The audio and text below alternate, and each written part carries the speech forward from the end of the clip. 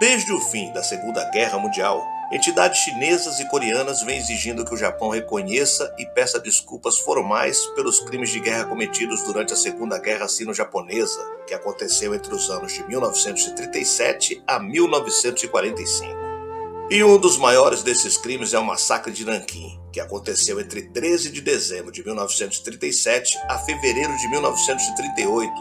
Centenas de milhares de civis e soldados chineses foram submetidos a torturas, estupros e mortes violentas pelo exército imperial japonês. Estima-se que 20 mil mulheres e crianças teriam sido feitas de escravas sexuais, ao ponto da ação também ser chamada de o estupro de Nanquim. Essa foi uma das piores facetas do passado do país, gerando polêmica até os dias atuais.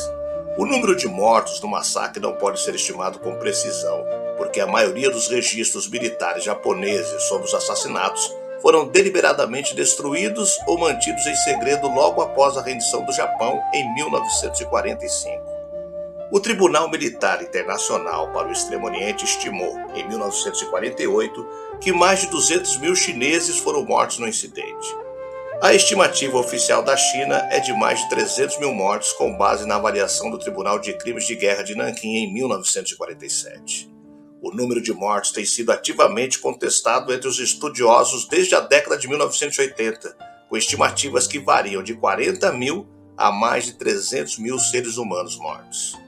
Eu sou o Sidney Góes e você está na Hora do Medo. Se inscreva no canal, deixe seu like e vem comigo que no caminho eu te explico.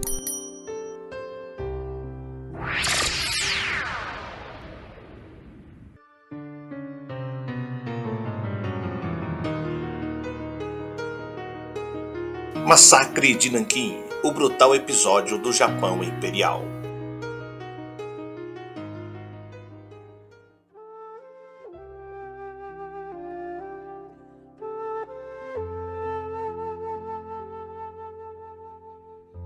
Em julho de 1937, o Japão se lançou em campanhas expansionistas contra a China e deu início à Segunda Guerra Sino-Japonesa, que só terminaria com a derrota japonesa contra os aliados após a conquista de Xangai pelo exército japonês em novembro daquele ano.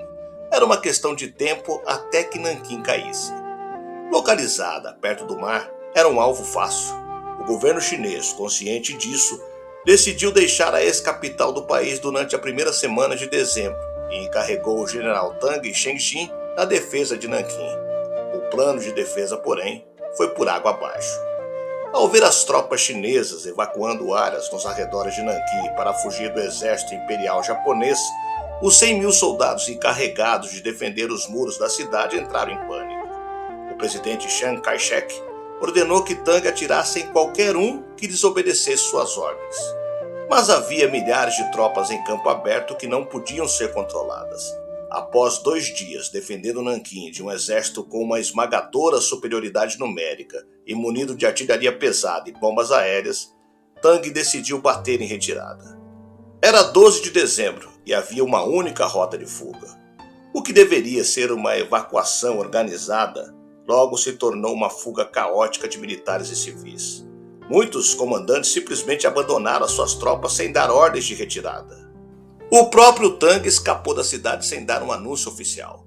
No dia seguinte, em 13 de dezembro de 1937, o exército imperial japonês, sob as ordens do general Asaka Yasuhiko, invadiu Nanquim e começou a matar todos no caminho, independente de idade e gênero. Foram 6 semanas de massacre sistemático, o que incluía torturas e estupros de adolescentes e mulheres.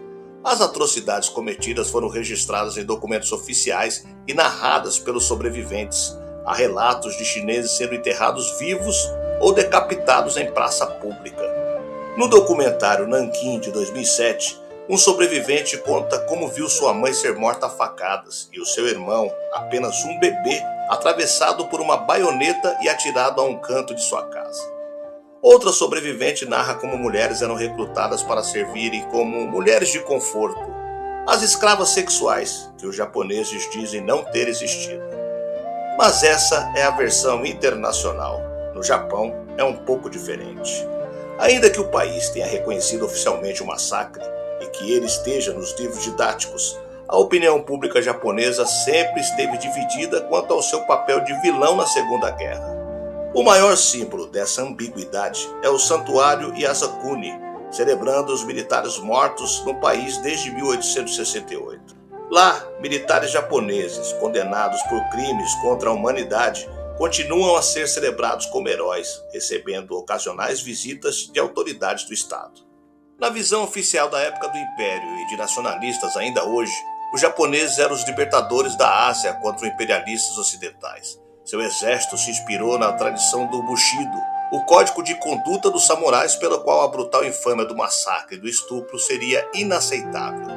Sob pressão dos nacionalistas em 1982, o Ministério da Educação chegou a censurar a sua menção ao massacre em livros didáticos.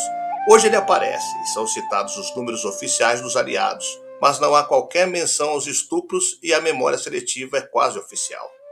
No aniversário do fim da Segunda Guerra em 2015, o presidente Shinzo Abe manifestou profundo remorso pelas ações do país, mas, frustrando aos que exigem uma reparação mais formal, disse que não caberia às próximas gerações estarem predestinadas a se desculpar eternamente. No ano seguinte, o Japão se negou a pagar a sua parte do financiamento da Unesco em resposta à inclusão de documentos do massacre de Nanquim no registro de memória do mundo. Após décadas de protestos, os chineses parecem dispostos a perdoar ou esquecer. O silêncio do presidente foi acompanhado por uma declaração de Yu Zhengsheng, presidente da Conferência Consultiva Política do Povo Chinês, um cargo decorativo, mas prestigiado.